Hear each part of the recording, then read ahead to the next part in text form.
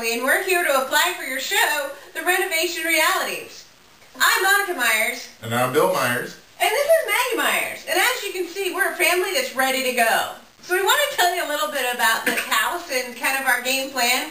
And this house was built in 1924. Wow, 1924. And Bill's lived here how many years now? 14. 14 years. He's lived in this house.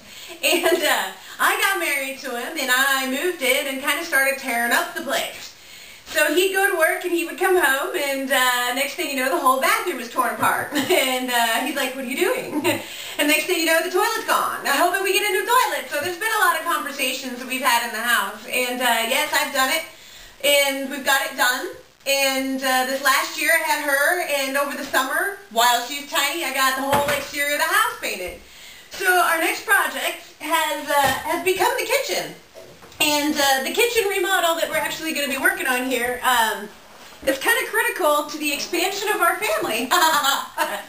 Since Bill talks a lot about us getting baby number 2 on the way, I said, no way. Not until Mama gets a few key things taken care of, and that's the kitchen. So, the kitchen is pending our family expansion, so it's critical. Anyway, here's the story. We have a 1950s wall oven, which is fabulous in the chrome and stainless steel, fabulous for today, but not for my cooking, because it actually doesn't cook evenly, temperamental on temperature. My dad's put 2 elements in here already, and it's still not working right.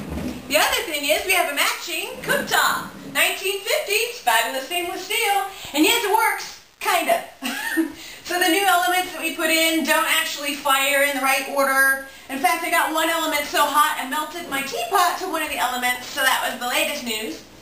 Our baby, as you can see, I don't know if you remember seeing her, but she can actually push the numbers on the stove, and she's at the push button phase, so I'm hesitant of even keeping this, so this is critical for me and my sanity to actually upgrade this to a gas cooktop.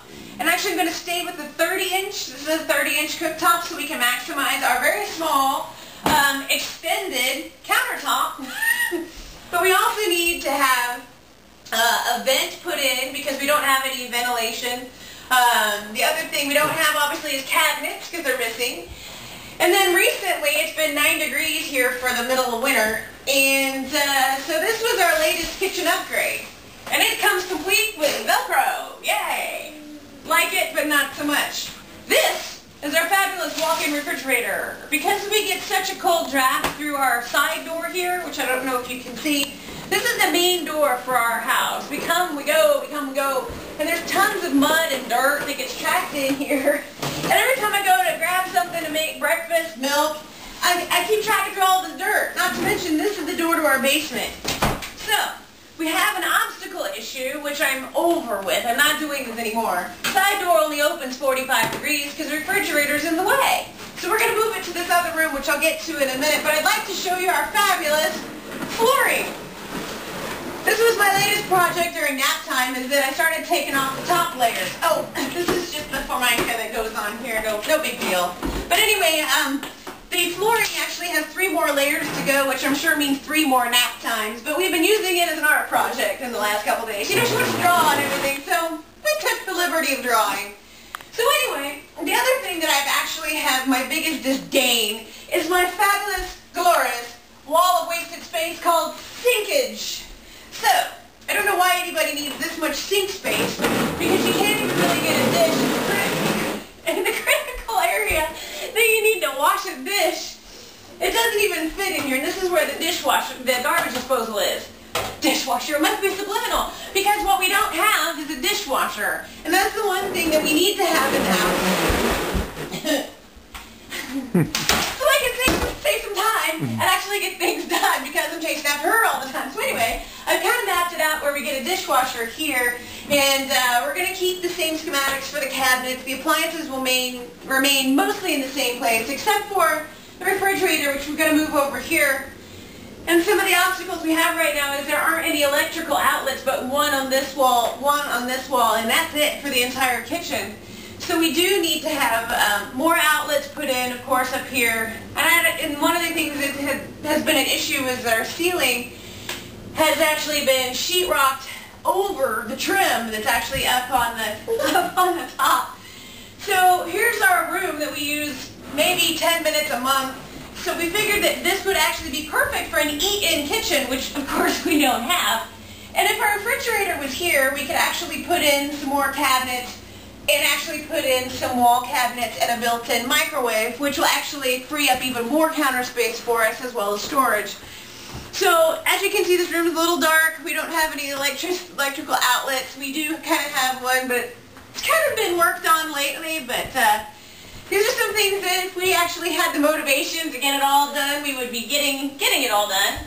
So we're just asking you to consider us as part of your actual Renovation Realities show, so you can come out and actually document our major kitchen overall. We are on a tight budget, so we're looking at probably putting in some used appliances or salvaged from like Craigslist or something. I will be putting in a brand new sink depending upon the type of countertops we go with.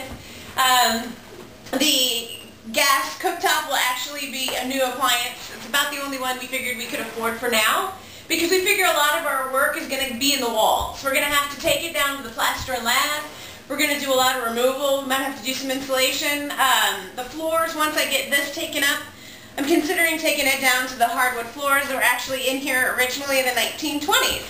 Plus that it's the most economical way to use flooring or effectively have flooring. So we're hoping that we can at least get that far. So thank you for your time and considering our family for the remodel, and hopefully you can come out and document our journey to my new 1950s upgrade to a new 1950s kitchen where I can actually spend less time in it but enjoy it more. So thank you for your time. Appreciate it. The Myers family.